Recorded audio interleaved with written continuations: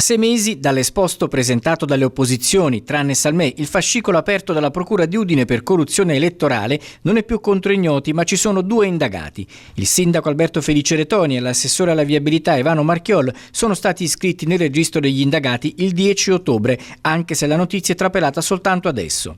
Le indagini sono coordinate dal pubblico ministero Elisa Cadigaris. L'esposto era stato presentato il 7 giugno del 2024.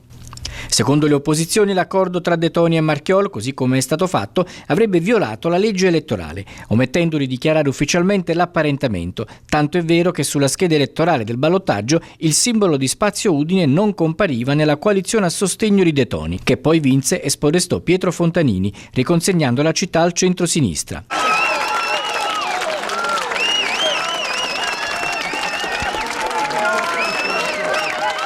Questione di lana caprina?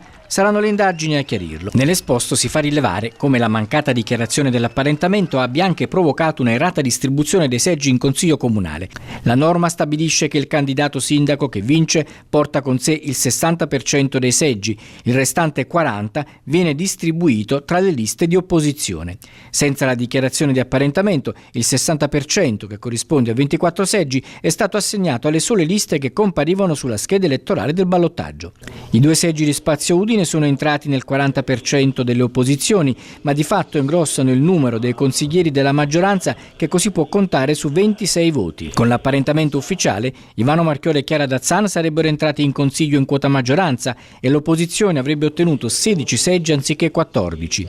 A perdere 2 posti sarebbe stata la lista di Retoni. Insomma, un bel pasticcio che la magistratura ha il compito di dirimere, per ora in fase di indagine, poi si vedrà. Adesso Marchiol mi prende sulle spalle, occhio!